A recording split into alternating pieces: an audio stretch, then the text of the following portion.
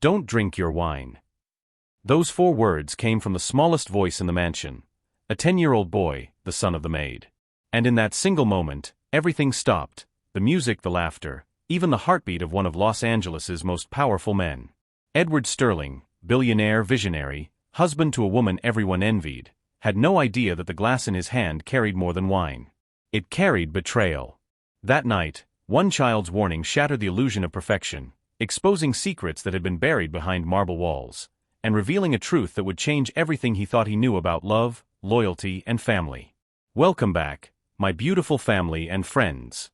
If you're hooked in and ready to enjoy this story, click subscribe, and let me know in the comments where you're watching from, because tomorrow, I'll be giving you another story just as interesting as this one. And trust me, you don't want to miss it. Now, let us begin. On the sun-washed hills of Los Angeles, where the glass windows of mansions glimmered like mirrors to heaven, there stood one estate that outshone them all, the Sterling residence. 5 acres of manicured lawns, fountains that whispered like poetry, and marble steps so clean you could see your reflection before you even reached the door. It was a kingdom built on brilliance, and it belonged to Edward Sterling.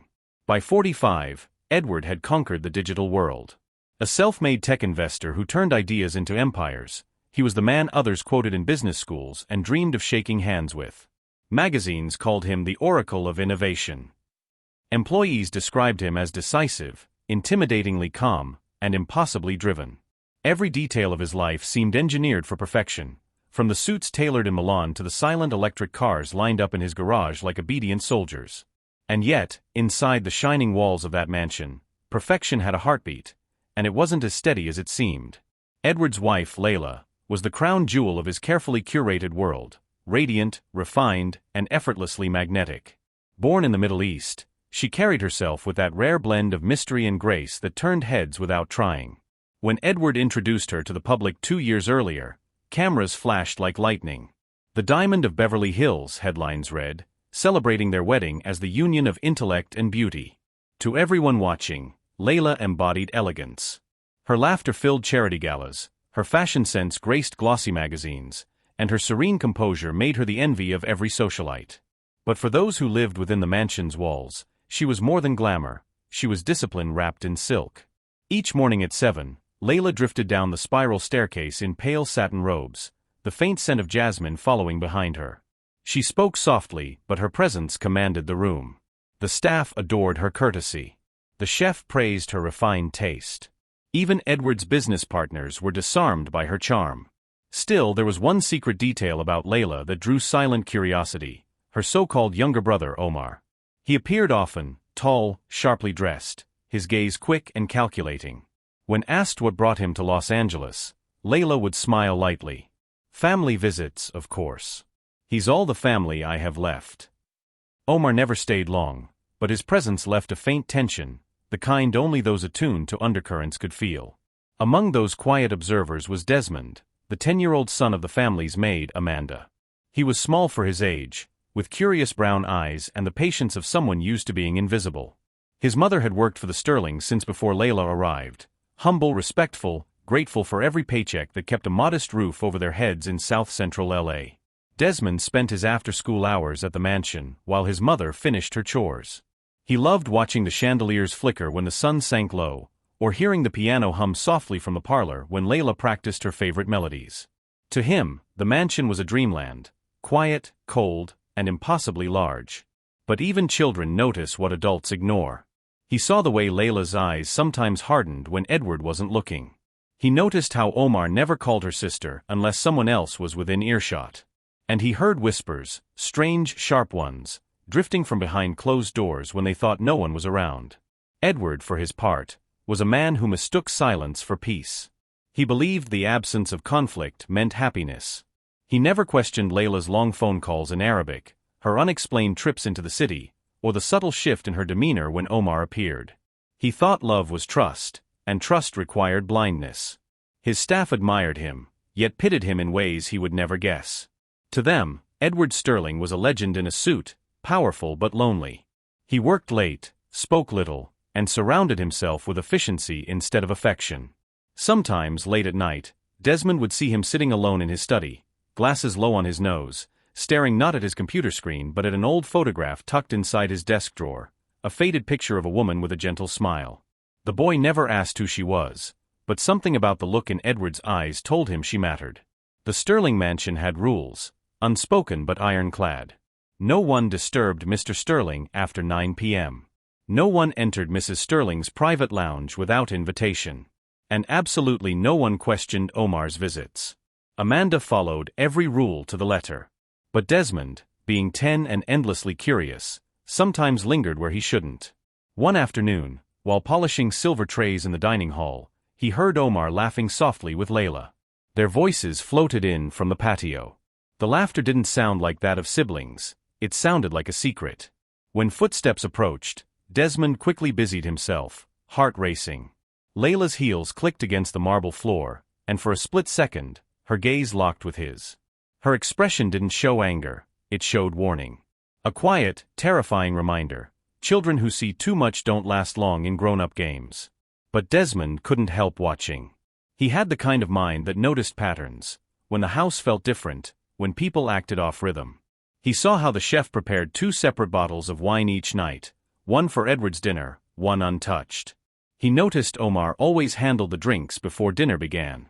He also noticed the faint, strange smell that sometimes lingered after Omar left the kitchen, metallic, sour, like coins in water. He didn't understand it, but his instincts did. Something wasn't right in the Sterling mansion. Outwardly, though, everything gleamed. The press continued to photograph Edward and Layla at galas, smiling like royalty. Their pictures adorned the covers of luxury magazines under headlines like Love, Legacy, and The New Face of Power. Layla's eyes always sparkled in those photos. But behind that sparkle was a stillness, the kind that only comes from pretending too long. Amanda once said to her son, "People like them live in a different world, baby. They smile for cameras but cry where no one can see." Desmond didn't fully grasp it, but he remembered it well. Inside the mansion's quiet nights, there was a rhythm, almost musical. The hum of the air conditioner, the faint drip from the indoor fountain, and sometimes, from behind the master bedroom doors, low murmurs that carried through the halls. The boy didn't understand the words, but he recognized fear when he heard it, muffled sobs, raised voices, then silence. He would pull his blanket tighter in the servants' quarters, whispering to himself, "It's none of my business." Yet deep down, a question grew. Why would someone so rich, so loved, sound so lonely? The illusion of perfection is the most expensive lie in the world. And inside Edward Sterling's golden home, that lie was beginning to crack. Layla's laughter grew softer. Omar's visits grew longer.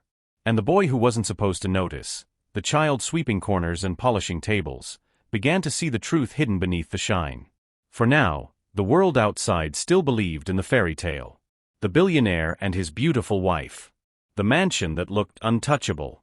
But behind its glittering glass walls, a story was already waiting to explode, one that would prove that even in the brightest homes, shadows live closest to the light. The mansion was quieter than usual that week. Not peaceful, quiet in the way the sky goes still before a storm. Layla's laughter, once a melody that danced through the marble halls, had faded into half-smiles and whispers behind closed doors. Omar's visits stretched from days into weeks.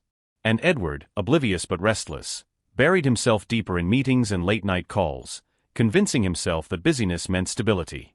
Desmond noticed first. Children always do. He saw how Mrs. Layla no longer joined her husband for breakfast. How the perfume she wore changed, no longer jasmine, but something heavier, musky, the kind of scent that tried to hide fear. The chef whispered that she barely touched her food these days. The housemaids tiptoed as if the walls could listen. But Desmond's curiosity didn't stop at the whispers. It followed the sound of locked doors. One warm Thursday evening, Amanda had fallen asleep ironing clothes in the service room. The boy, unable to sleep, wandered toward the hallway that led to the east wing, Layla's private lounge. A faint light flickered under the door, and 2 shadows moved against the glass. He froze.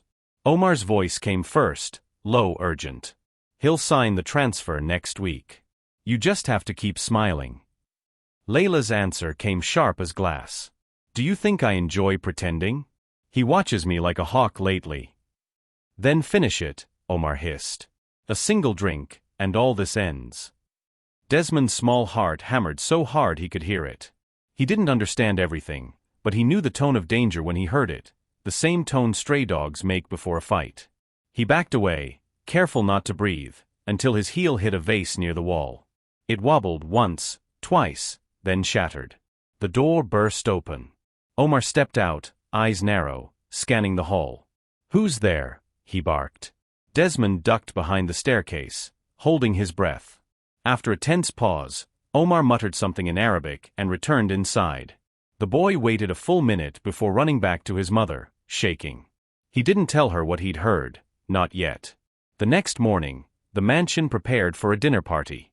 Edward was returning from a week-long investors' retreat, and Layla wanted everything perfect. The chef received new instructions: a 7-course meal, imported wines, no staff visible unless called.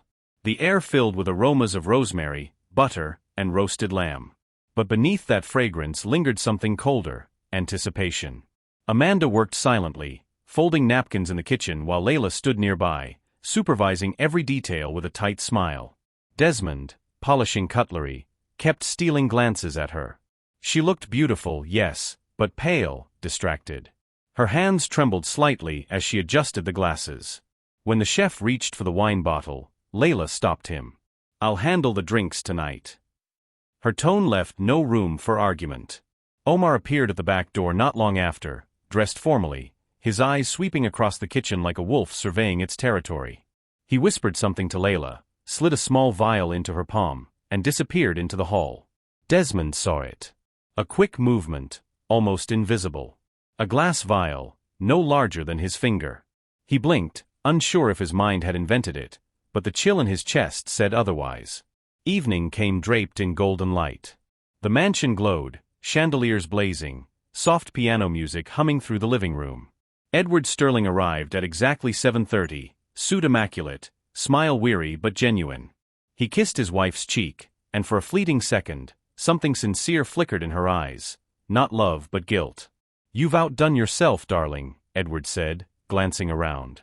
"Only the best for you," Layla replied, her voice steady but her fingers white-knuckled around the bottle she held. Desmond, standing beside his mother at the far corner, couldn't look away. Every clink of glass sounded louder. Every laugh felt like a lie. Dinner began.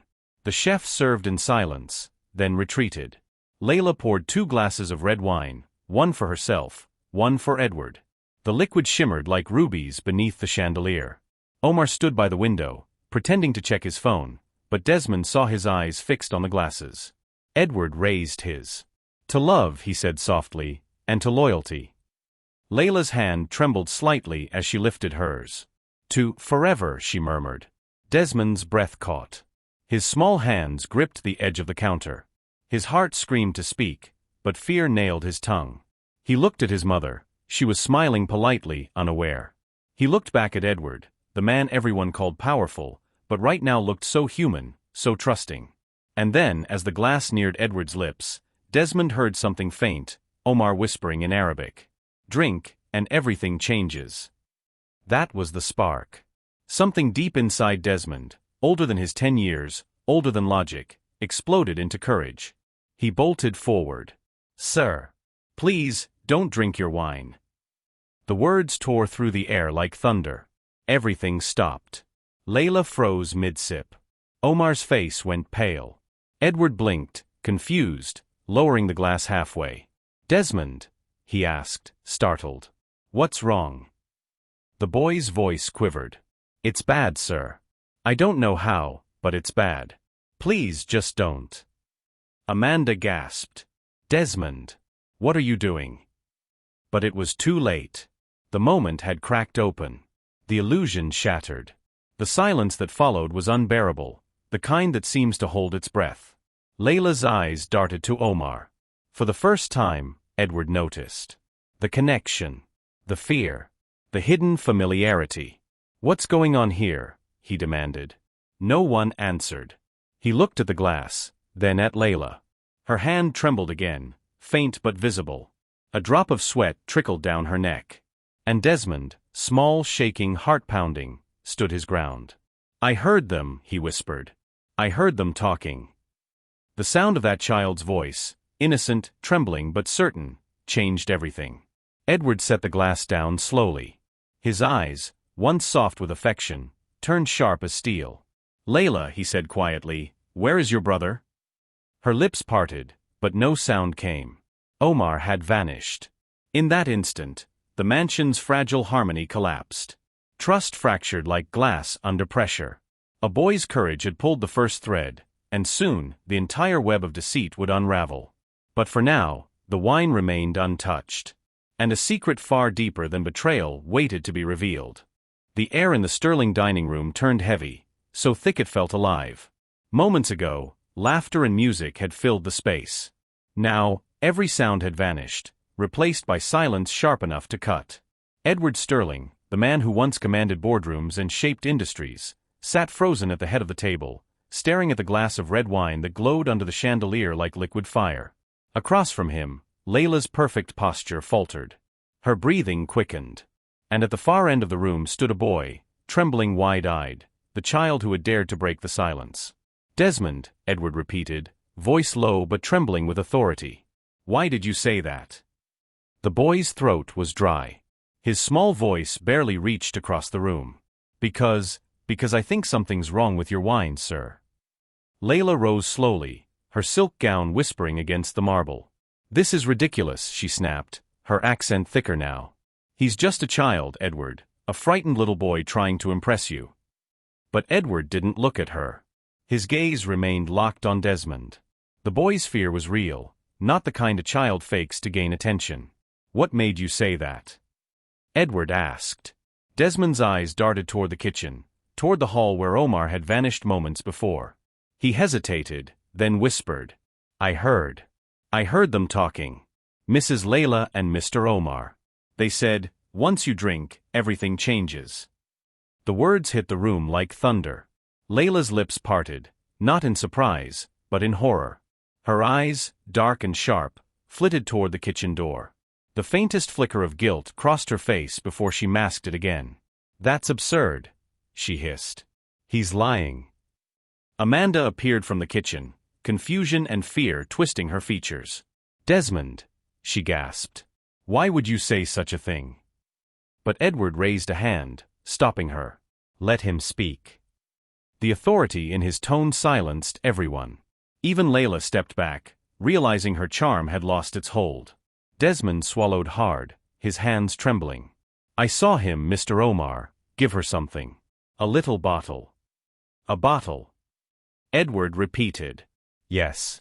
Small. She poured it in the glass before you came."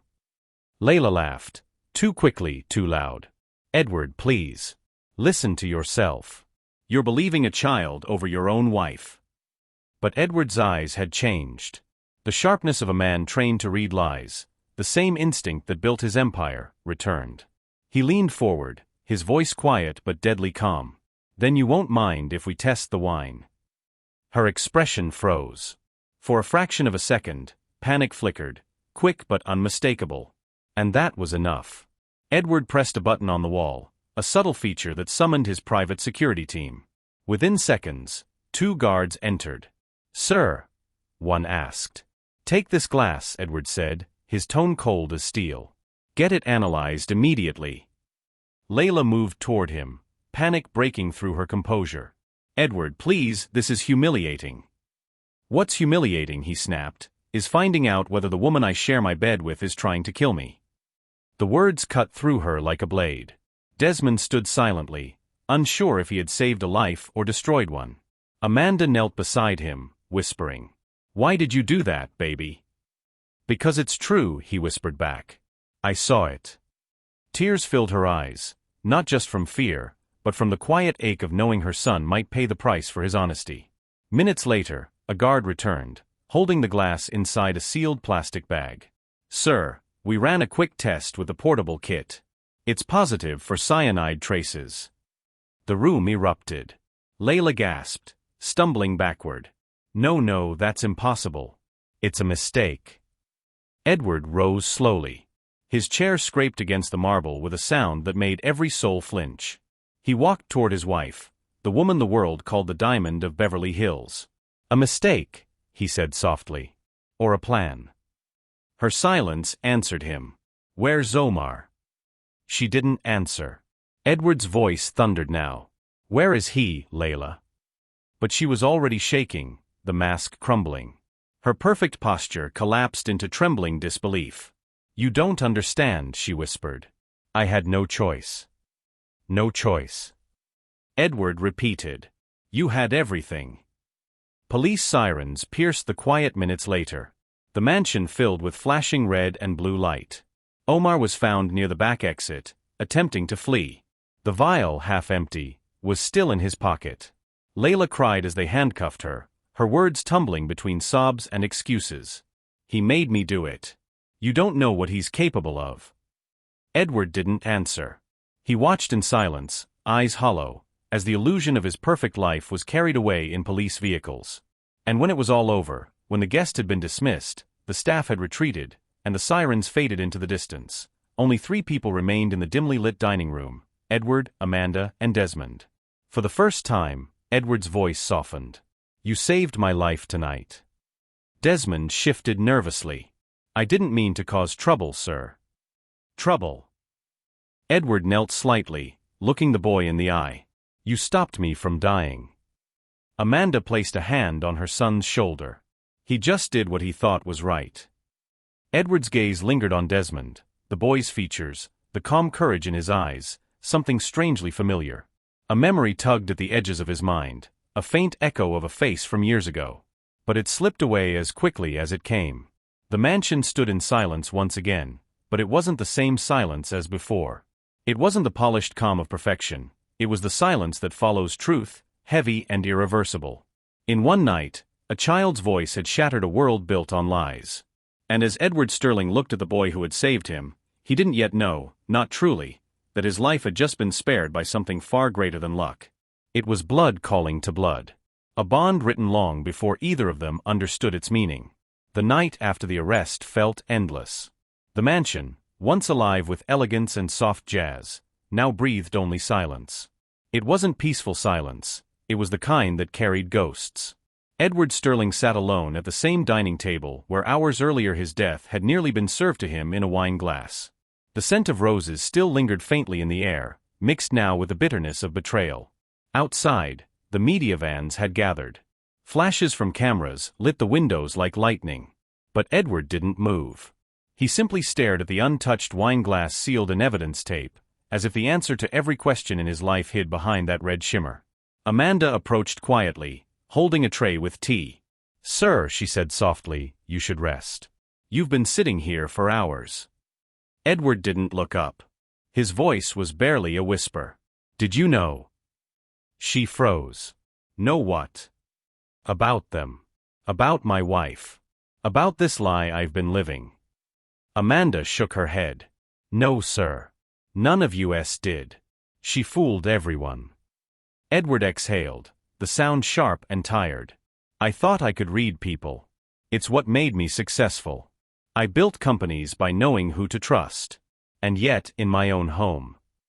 He trailed off, rubbing his temples. The weight of disbelief hung heavy on his shoulders. Amanda placed the tea before him and hesitated. "You can't blame yourself for her choices." "Can't I?" He gave a bitter smile. "I invited her in. I married her. I defended her. And tonight, she nearly killed me for money I don't even care about anymore." A small sound interrupted the silence. Light footsteps. Desmond stood near the doorway, wearing his oversized pajamas, his small hands tucked into his pockets. "I couldn't sleep," he murmured. Edward turned, his expression softening. "Come in, Desmond." The boy stepped closer, glancing nervously at the remnants of the dinner table, the empty plates, the stained napkins, the chaos frozen in time. "It doesn't look so fancy anymore," Desmond said quietly. Edward managed a faint smile.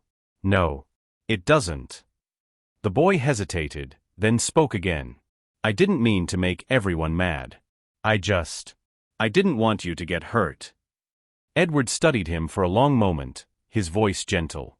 "Desmond, do you know what courage is?" The boy frowned. "Doing something even when you're scared?" "Exactly." Edward's tone warmed. "And tonight, you had more courage than most men I've ever met." Amanda's eyes filled with tears. She reached for her son's shoulder. "Say thank you, Desmond." "Thank you, sir." "No," Edward said, shaking his head.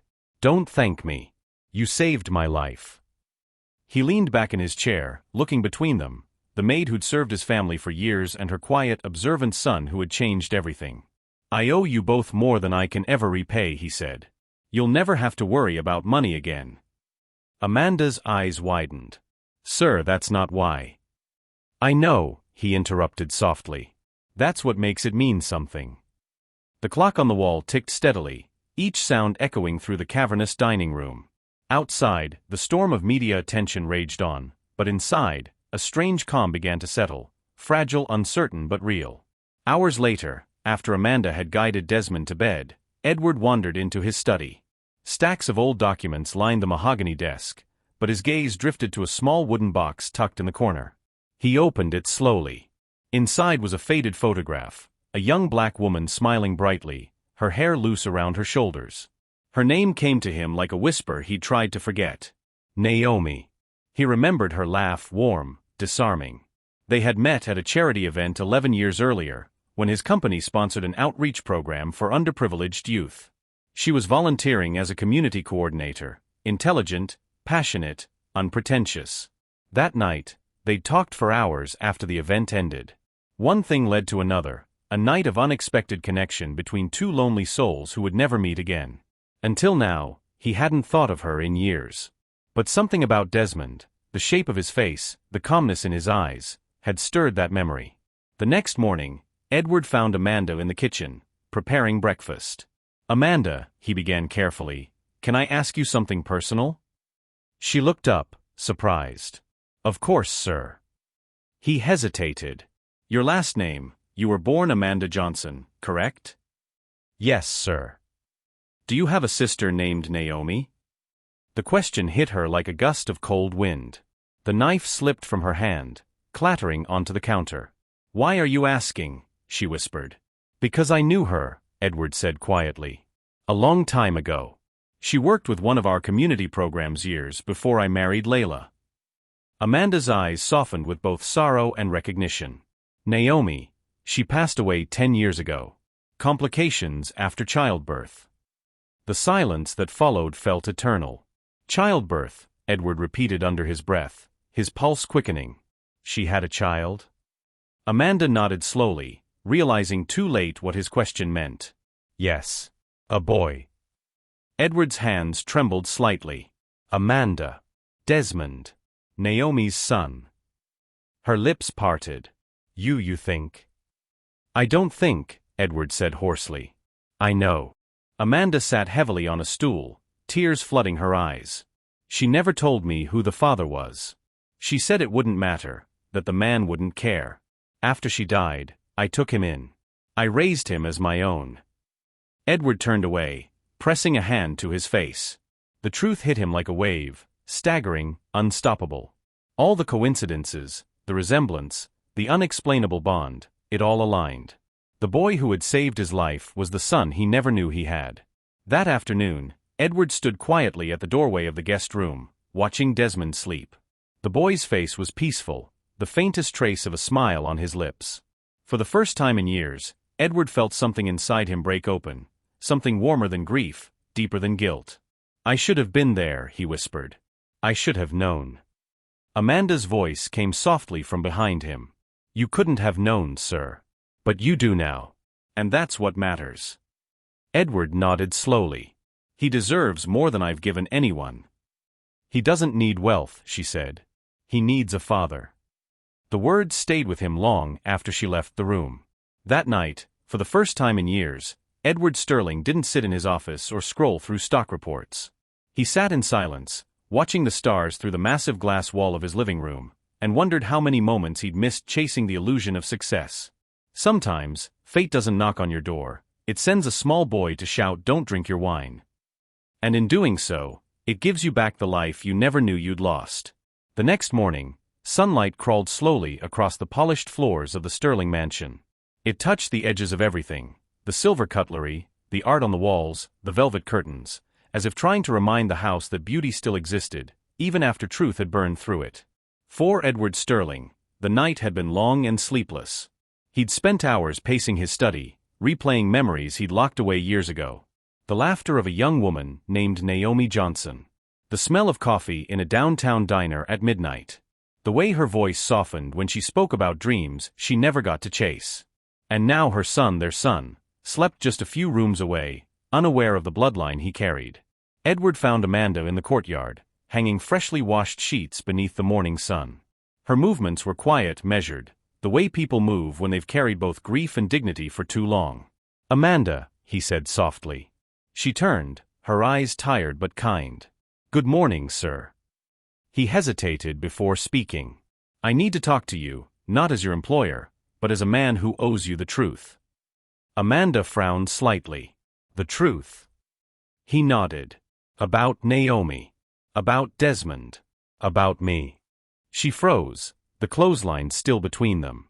A bird cried in the distance, a single note that seemed to cut through the quiet.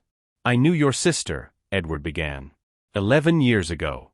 She volunteered at a charity event I sponsored. We talked, we connected, and for one night, our lives crossed in a way I never forgot." Amanda's breath caught. "So you're saying Desmond is my son?" The words hung there, heavy and undeniable.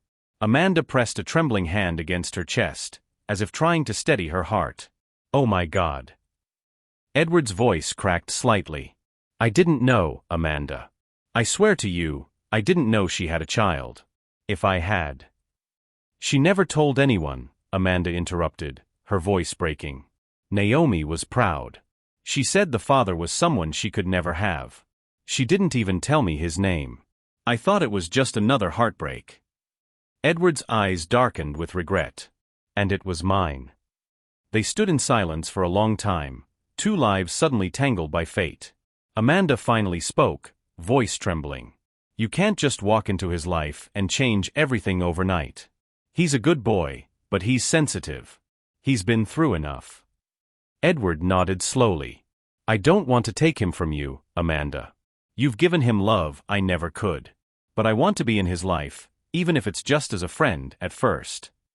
Amanda looked at him for a moment, the billionaire who just lost his wife, his pride and his certainty, and for the first time, she didn't see a man of wealth.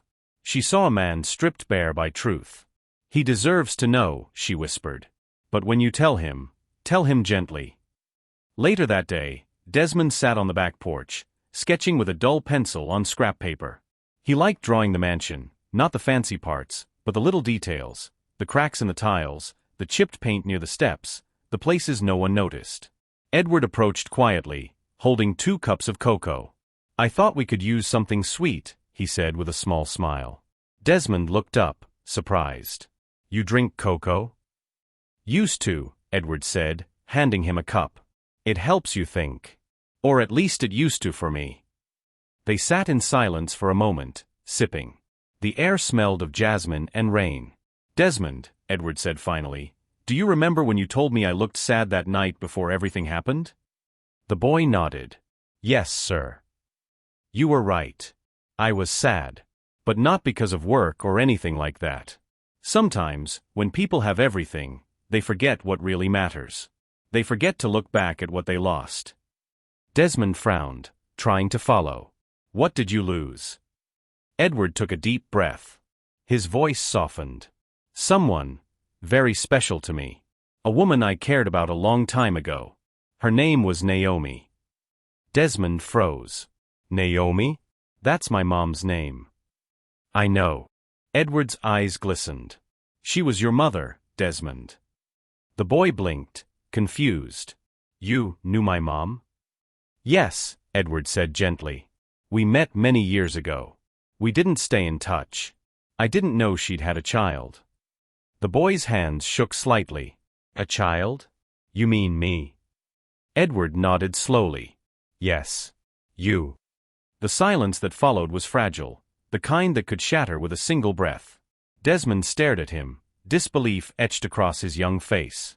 "You're saying, you're my dad?" Edward's eyes filled with tears. "Yes. I am."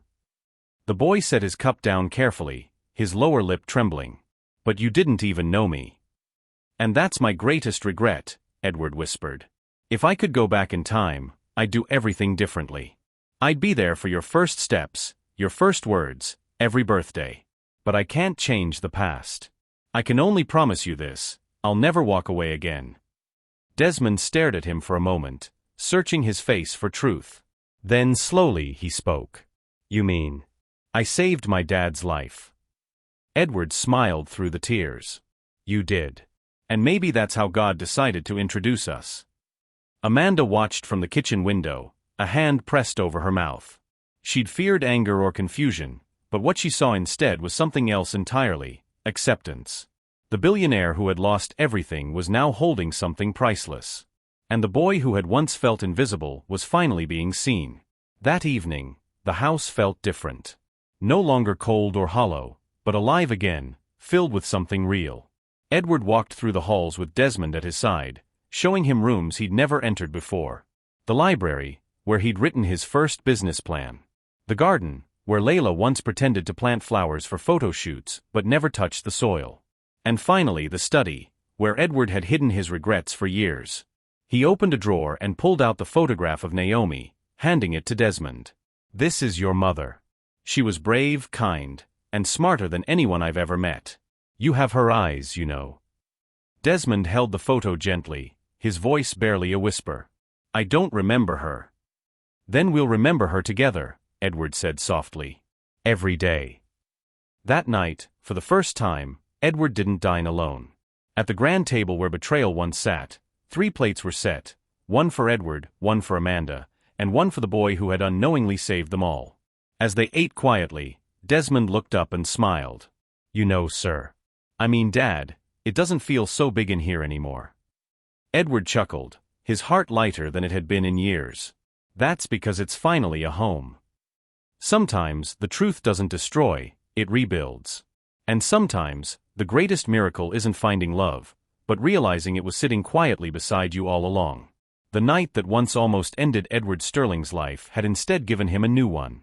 And as the boy laughed beside him, the man who had spent his years building towers finally began to build something worth keeping: a family. In the weeks that followed, the Sterling mansion began to sound different. No longer filled with the echoes of silence and suspicion, but laughter. Real laughter. The kind that comes from a place of healing. It was strange for Edward Sterling, a man who'd once measured his worth in stock charts and headlines, to wake up and find purpose in something as simple as the sound of a child's giggle echoing down the hallway. Every morning, he'd wake early, not for business meetings, but to join Desmond for breakfast. Gone were the polished silver trays and imported pastries. Now it was pancakes, sometimes burnt, made by Amanda and Desmond in the kitchen. The billionaire who once couldn't start a day without a double espresso now found himself covered in flour, trying to flip pancakes with a 10-year-old who laughed every time one landed on the floor. And somehow, that was enough. Desmond thrived in the light of attention he'd never known before.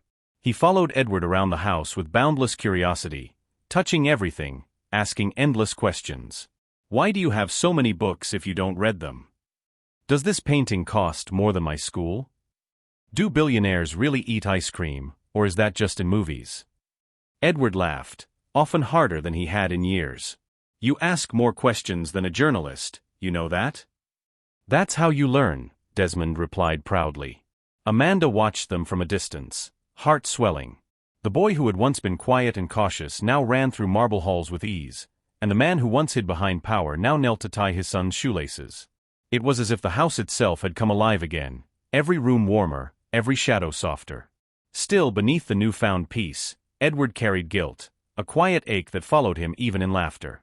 Late one night, he stood on the balcony overlooking the city, the lights of Los Angeles flickering below like a field of stars. Amanda found him there, glass of water in her hand. "You're awake again," she said gently. "Old habits," Edward replied, his gaze distant. "It's hard to sleep when your past starts knocking." "You've done enough, sir. Desmond's happy. That's what matters." Edward shook his head. "I wasn't there when he needed a father. And Naomi, she went through everything alone. I can't stop thinking about that." Amanda sighed softly. "Guilt doesn't change the past, Edward. But what you're doing now, It changes his future." Her words lingered long after she left. The next morning, Edward surprised Desmond with a trip. "We're going somewhere special today," he said with a grin. Desmond's eyes lit up. "The amusement park?" Edward chuckled. "Better, your new school." Desmond froze. "School? But we can't afford." "You let me worry about that," Edward interrupted warmly. "You belong there." When they arrived, the staff at the prestigious Wellington Academy greeted them with a mixture of awe and confusion. Few ever expected a billionaire to personally enroll a child, let alone sit beside him during orientation. Edward filled out the forms himself, every letter written with care. When he reached the box marked father's name, his pen paused for a long moment before pressing down, Edward Sterling. He looked at Desmond and smiled. "You're going to do great things here." Desmond grinned shyly. "Like you." "Better than me," Edward said. "Much better." Over time, their bond grew stronger. In the evenings, they'd sit in the library, Desmond doing homework while Edward pretended to read but really just watched him. He loved the way Desmond hummed while writing, or how his eyebrows scrunched up when he concentrated. One evening, Desmond looked up from his notebook. "Dad." Edward still wasn't used to the word. It hit him every time, soft but powerful. "Yes, son." "Were you scared? That night? When Mrs. Layla tried to?" Edward paused. The question hung heavy in the quiet. "Yes," he admitted softly. "I was terrified. Not because I thought I was going to die, but because I realized I didn't have anyone left who'd care if I did." Desmond tilted his head. "You have me now." Edward smiled faintly. "Yes. I do. And that changes everything." Amanda often found them together like that, the powerful billionaire and the little boy, sitting cross-legged on the floor surrounded by papers, building Lego towers that always leaned to one side. The mansion staff, once coldly professional, now whispered fondly among themselves. "Mr. Sterling's changed. He actually smiles now." The boy brought the light back. And they were right. One Sunday afternoon, Edward took Desmond to visit Naomi's grave, the one Amanda had kept tended all those years. The cemetery was quiet, framed by oak trees and soft wind. Desmond knelt down, tracing his mother's name on the marble headstone with his small fingers. "I wish I could remember her," he said softly. Edward's eyes glistened. "She would be proud of you. You have her heart." "Did you love her?" the boy asked. Edward swallowed. "Yes. More than I knew how to admit at the time." Desmond looked up. "Then maybe that's why she gave me you." Edward knelt beside him, tears slipping down his face. He placed a single white rose on the grave.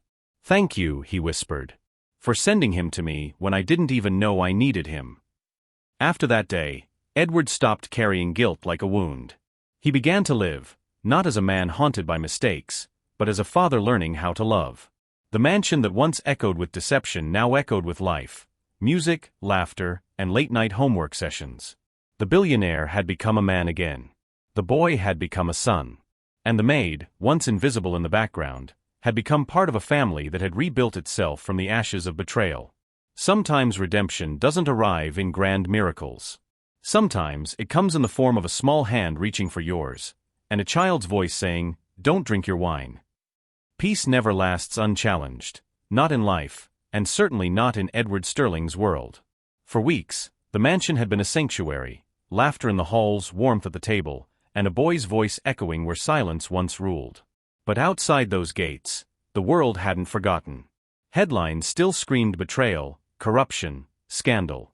The name Layla Sterling had become a circus, the Beverly Hills Black Widow, as tabloids called her. And every story ended the same way, saved by a child's warning, the maid's son. Edward tried to ignore it. He kept his focus on Desmond, on the slow miracle of fatherhood. But the whispers reached him, board members questioning his judgment, journalists at the gates, shareholders demanding statements. He could rebuild his company's image, but how did one rebuild trust in oneself? One morning, while driving Desmond to school, Edward stopped at a red light. From the sidewalk, he saw two people staring. A woman nudged her friend, whispering, "That's him. The billionaire whose wife tried to poison him." Desmond followed his gaze. "Are they talking about you?" Edward forced a smile. Probably. People talk when they don't understand. The light turned green, but his hand stayed frozen on the wheel. He didn't want his son to inherit his shame. And yet, the boy's calm voice broke through his thoughts. You know, Dad, when people talk bad about me at school, I just think, they don't know my story. Edward looked at him, stunned by the simplicity. And that works for you? Desmond shrugged. Mostly. But if it doesn't, I just try to make a new story. The light changed again, and this time, Edward drove forward. At home, he called a press conference, something his PR team begged him not to do. But Edward wasn't that man anymore. He wasn't interested in polishing an image. He wanted truth. He stood before a crowd of cameras on the front steps of his mansion. The sun was sharp, the flashes blinding. Amanda and Desmond watched from the balcony. I've spent my life chasing perfection, Edward began, his voice steady but heavy. But perfection is a lie. I married it, lived with it, and nearly died for it. Tonight, I stand here not as a victim, and not as a billionaire, but as a man who was given a second chance by someone far wiser than myself. Reporters leaned forward, pens ready. You all know the story, Edward continued. Yes, my wife betrayed me. Yes, I nearly lost everything. But what you don't know is that a 10-year-old boy, a boy who had no reason to care whether I lived or died, saved me. He shouted when no one else dared. He spoke truth when the world was built on lies. He looked up at the balcony, at Desmond's small figure clutching the railing. That boy reminded me what integrity looks like.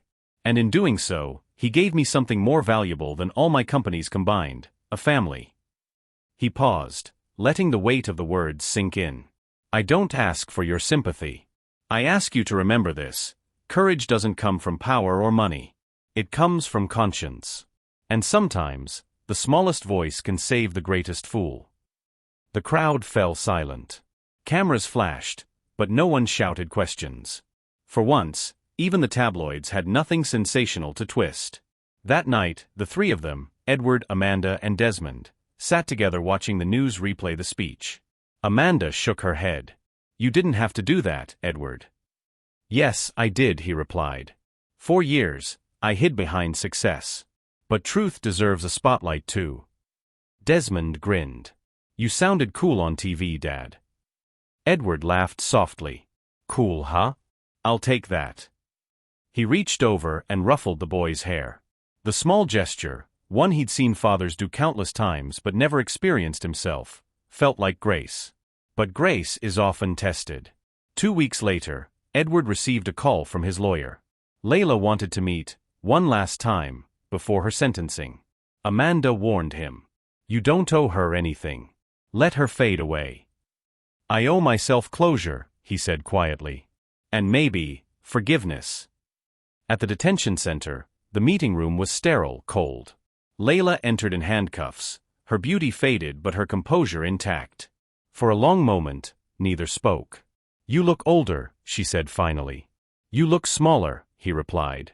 Her smile faltered. I never meant to fall in love with him, with Omar. It started as a plan, yes. But I lost control. You nearly lost me too, Edward said flatly. And for what? Money? Power? She shook her head, tears gathering. You'll never understand. I grew up with nothing. Men like you built castles out of people like us. Edward studied her for a long moment. And so you became the very thing you hated. Layla lowered her head. Maybe. But you got your perfect ending. The boy, the maid, it's poetic. No, Edward said softly. It's human. He stood, turning toward the door. I forgive you, Layla. Not for your sake, for mine. I won't carry you any longer. She whispered something as he left, but he didn't turn back. Some ghosts don't deserve farewells. Back home, the evening light washed the mansion in gold. Desmond ran to meet him at the door, waving a drawing. Look, Dad. It's us. Edward smiled. The drawing was crude but full of heart, 3 figures holding hands under a bright yellow sun. He noticed something written in uneven letters at the bottom. My family. My hero. That's beautiful, Edward said, voice breaking slightly. Do you like it? Edward knelt down, tears in his eyes. "I love it, son. More than you know." That night, Edward stood by the window, watching Desmond play in the yard, Amanda laughing beside him. For the first time in years, there were no bodyguards, no cameras, no empty noise, only the gentle music of life continuing. The billionaire who once ruled boardrooms had found peace in a backyard. The boy who once couldn't afford school had taught him what wealth truly was. And the maid, the quiet, steadfast soul who kept everything together, had unknowingly become the glue of a family reborn. Sometimes, grace doesn't arrive like thunder. It comes quietly, in forgiveness, in laughter, and in the realization that what broke you also saved you. The world soon moved on from the headlines, as it always does. The story of a poisoned billionaire faded into the endless churn of new scandals, new tragedies. But for Edward Sterling, the silence that followed was not emptiness. It was opportunity. He had built his life on speed, on the chase for more. Now, for the first time, he slowed down long enough to see what truly needed rebuilding. Not his company, not his reputation, but his purpose. One morning, Desmond found his father sitting in the library surrounded by files and sketches, not the usual corporate plans, but drawings, notes, ideas. "What are you doing, Dad?" the boy asked, peering over his shoulder. Edward smiled. "Trying to fix something I broke a long time ago." Desmond tilted his head. "A computer?" "No," Edward said, chuckling softly. "People." He turned one of the sketches around. It showed a bright, modern building labeled the Naomi Foundation. Desmond read the name aloud, eyes widening. "That's Mom's name." "Yes," Edward said quietly. "I want to build a place that helps kids like you, children who are brilliant but don't get the chance to shine because life keeps them out of school. Your mother believed every child deserves a chance to dream." Desmond grinned. "Can I help?" Edward looked at him, pride glowing behind tired eyes. "You already have." The weeks that followed turned into months of work, not the kind filled with board meetings and press releases, but heart-driven work. Edward poured his fortune into the project. He partnered with educators, youth programs, and community leaders. Amanda became the coordinator for family outreach, her warmth and honesty instantly winning hearts. And Desmond, though still young, became the foundation's living inspiration. Reporters called him the boy who saved the billionaire. But to Edward, he was simply the boy who saved the man. At the groundbreaking ceremony, the sun shone brilliantly across the city skyline. Dozens of children stood behind Edward, each holding a small flag that read, "Dream bigger." Cameras flashed, but this time, the attention didn't feel shallow. It felt earned. Edward stepped to the podium, his voice calm, confident, but softer than before. "When I was young, I thought success was measured by how high you could build," he said. "But the truth is, it's measured by how many hands you lift with you." He looked toward Amanda and Desmond in the front row. "This foundation isn't about redemption. It's about responsibility, the kind that comes when life gives you a second chance and expects you to use it well." He paused, eyes scanning the crowd. "To every child who has ever been told they don't belong, this place will remind you that you do. Because sometimes, the world doesn't need another billionaire. It needs a believer." The crowd erupted in applause. Amanda wiped her eyes. Desmond stood proudly, clapping the loudest.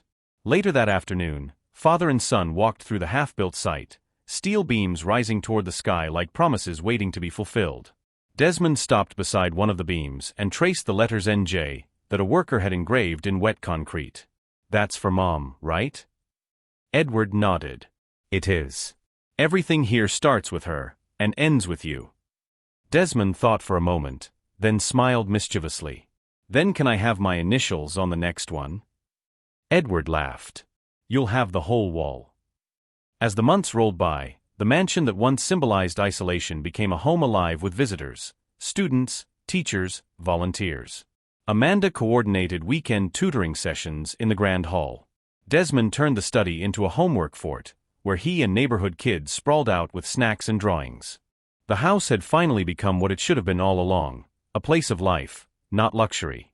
But one evening, after everyone had gone home, Edward sat alone by the fireplace. Desmond's laughter still echoed faintly from upstairs. He looked at an old photo on the mantel, Naomi's smile beside his younger self. "We did it," he whispered. "He's happy." For a long moment, he simply sat there, the firelight dancing across his face. He wasn't the same man anymore. The hunger that once drove him had been replaced by peace. Amanda entered quietly, carrying 2 mugs of tea. "You've changed everything, you know," she said softly. Edward smiled. "No, Amanda. He did." She sat beside him, their silence comfortable. "Naomi would be proud of you," she said. Edward's gaze softened. "I hope so. I used to think love ended with loss. But she left me something better, a reason to love again." The mansion on the hill no longer belonged to a billionaire. It belonged to a family, one built not by blood alone, but by courage, forgiveness, and grace. In the garden, a plaque stood beneath a white rose bush, inscribed with the words, "For Naomi, who taught us that love is the only legacy worth leaving." And beside it, smaller letters added later by Desmond's own hand, "And for the boy who reminded him." Sometimes, life breaks us not to destroy us, but to rebuild us stronger, kinder, and closer to who we were meant to be. Edward Sterling had learned that wealth fades, headlines vanish, and empires crumble. But the love between a father and son, that endures. Years passed, but the mansion on the hill never again felt lonely. Time had softened the sharp edges of Edward Sterling's life. Where silence once lived, there was music, conversation, and the sound of footsteps that belonged to family. The Naomi Foundation had grown beyond every dream. Hundreds of children across Los Angeles studying under scholarships, art programs, and mentorships funded by the same man who had once believed success meant only skyscrapers and profit margins. Now, his success was measured in laughter. A bright Saturday morning. Edward, older now, sat on a bench outside the foundation's courtyard. Children played across the field, a blend of noise and sunlight. Beside him sat Desmond, no longer a boy but a young man of 18, tall and confident, wearing a crisp blue polo embroidered with the foundation's logo. Desmond, smiling, "You still come here every morning?" Edward, chuckling, "Old habits. Watching dreams grow has become my morning coffee." Desmond laughed. "You sound like Grandpa Maid." "I earned that title," Edward replied warmly. "Besides, someone has to keep an eye on the new generation of rebels." They watched a group of children paint a mural on the wall, vibrant colors forming the words "Dream without fear." Desmond leaned back. "You ever think about how close it was? That night?" Edward's gaze softened. "Every day. And every day I thank God you spoke up." Desmond smiled faintly. "I guess I was meant to." "You were," Edward said quietly. "You changed everything." Later that evening, a gala filled the foundation's grand hall.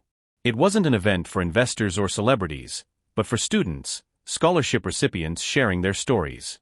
Amanda, elegant in a simple black dress, stood by Edward's side. He looked at her with a gentle affection of years shared through trust and gratitude. "You still manage every detail like the first day," he said. "And you still forget to eat when things get busy," she teased. They laughed, the kind of laughter that only comes from those who've walked through fire together. Desmond stepped onto the stage. His speech was short, but it silenced the room. 10 years ago, I was just a kid who couldn't afford school," he said. "Then one night, I shouted something that changed my life, and someone's life too. That moment taught me that courage doesn't care about size, age, or color. It only cares about doing what's right." He turned toward Edward, eyes bright. "My father taught me that true power isn't in owning things, it's in lifting people. And this place, this dream, is proof." Applause thundered through the hall. Amanda wiped a tear. Edward looked down, humbled. After the gala, Edward and Desmond walked home under the Los Angeles lights. The same city that once symbolized greed now shimmered with something simpler, peace. "You ever miss the old life?" Desmond asked. "No," Edward said with a smile. "I finally found what I was chasing, and it wasn't money. It was meaning." They reached the gate of the mansion. The plaque beneath the rosebush gleamed softly under the moonlight. "For Naomi, who taught us that love is the only legacy worth leaving." Desmond added fresh flowers beside it. "Good night, Mom," he whispered. Edward placed a hand on his son's shoulder. "She'd be proud of you." "Of us," Desmond corrected. As the moon climbed higher, Edward Sterling looked at the home behind him, once a palace of pride, now a sanctuary of purpose. He had built empires and lost them, been betrayed and reborn, but in the end, he discovered the only fortune that never fades: love freely given and courage passed down. Sometimes family isn't the one we inherit, it's the one we choose, the one we fight to protect, and the one that teaches us who we truly are. And for Edward and Desmond Sterling, that was enough. If this story touched your heart, take a moment to show your support. Hit like to let us know you believe in second chances. Drop a comment below. What would you have done if you were in Desmond's place? And don't forget to subscribe so you never miss more stories like this one. Stories of courage, redemption, and the power of love. Tell us where you're watching from, and rate this story out of 10 in the comments. Thank you for being part of our community. Up next on your screen is another emotional story that will remind you, sometimes, even the smallest act of kindness can change a life forever.